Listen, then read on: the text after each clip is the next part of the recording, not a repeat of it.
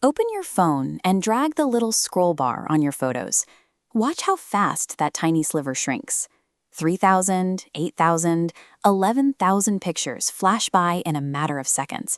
An entire human life compressed into a rapid-fire smudge right under your thumb. Stop on a random month and look at what actually takes up that space. You will find a blurry shot of a parking lot you no longer recognize.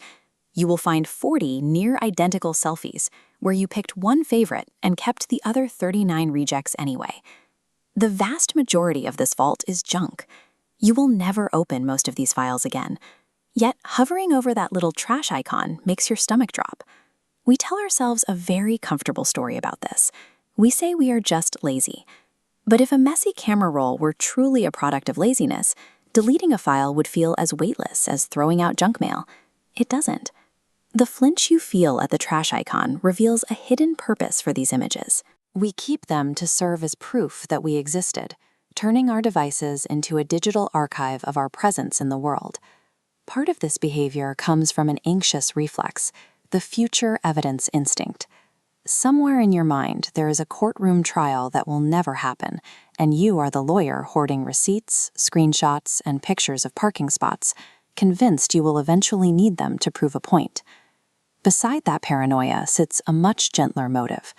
On a stressful night, scrolling back to a good memory, a past trip, a childhood dog, the face of a friend, forces your anxious nervous system to settle. You keep these images to build a private pharmacy of feelings. Having 10,000 pictures means you have 10,000 tiny, accessible doses of joy, fully stocked and ready to be administered during a 2 a.m. bout of anxiety. Because we refuse to throw these photos away, but also refuse to actually page through them like a traditional album, the modern camera roll functions as an insurance policy. It provides value simply by existing, guarding against a future we can't predict. There is a hidden cost to keeping this massive digital record. The act of taking all these photos is the reason you struggle to organically remember the moments in the first place. A psychologist named Linda Henkel designed a study to test this. She sent 2 groups of people through an art museum. The first group was instructed to simply observe the objects. The second group was told to photograph them. The next day, she tested their recall. This chart shows the results.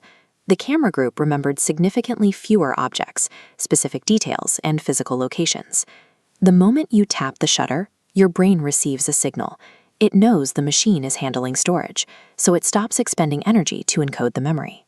Psychologists call this cognitive offloading. You don't memorize phone numbers or directions anymore, and you no longer hold on to your own physical experiences. You fire your own brain and outsource the job to a cloud server. When the brain stops encoding the original experience, the server file becomes the primary record. Deleting it feels dangerous because you are discarding the only version of that memory left. If you look past the major milestones, the graduations and the big trips, you find the true bulk of your external brain. It is filled with strange, revealing fragments. The aesthetic phase you tried on, the screenshot of an outfit, the cursed selfie from that night. These fragments form a shared memory system. You remember the story, your friend holds the photo, the chat log holds the timestamp. Deleting your piece of the puzzle feels like tearing a page out of a book the rest of the group is still reading. It threatens a deep psychological need for belonging. Even those 40 discarded selfies from one angle serve a purpose. They are records of you figuring out what your face was allowed to look like during an awkward transitional year. Every junk photo is a little vote for a possible self. This diagram visualizes the psychological thread connecting the person you are today to past versions, called self-continuity. When you permanently delete the record, severing that thread, the memories start to feel as though they happened to a completely different person. Your camera roll is a map of your identity's evolution. Erasing an image feels equivalent to prematurely canceling a past version of yourself. Documentation reshapes identity. Constant recording eventually dictates how you remember your own history, altering your sense of self over the long term. Go to a modern concert and watch a crowd experience the event entirely through a screen. Getting the shot and securing the proof takes priority. You build a memory of the recording rather than the raw physical moment happening in front of you. The pictures that survive in your vault are mostly curated. You keep the good angles and the artificial smiles performed for an audience. Meanwhile, the unphotographed moments, the boring Tuesdays and the messy in-between experiences, quietly evaporate. Repeat this behavior over years and thousands of images, and the story you tell yourself slowly drifts toward an artificial highlight reel. Your camera roll actively edits your identity down to the moments you thought were worth saving. Stop calling those thousands of photos clutter. They are an honest, unfiltered, accidental diary. We act as archivists at our own lives. The instinct to keep everything stems from a human fear of disappearing and the need to ensure our experiences don't just vanish into the past. There is a way out of the memory trap. During that museum study, researchers found one crucial exception. Look at this bounding box.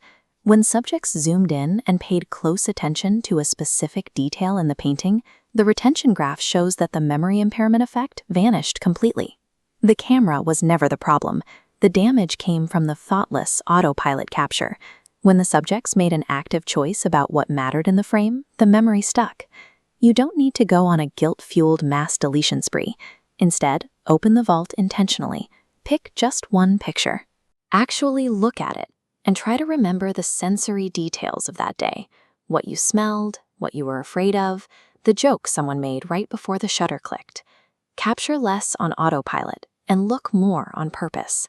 Reclaim your memories from the machine and let your messy, overflowing camera roll be exactly what it is, the undeniable record of a life truly lived.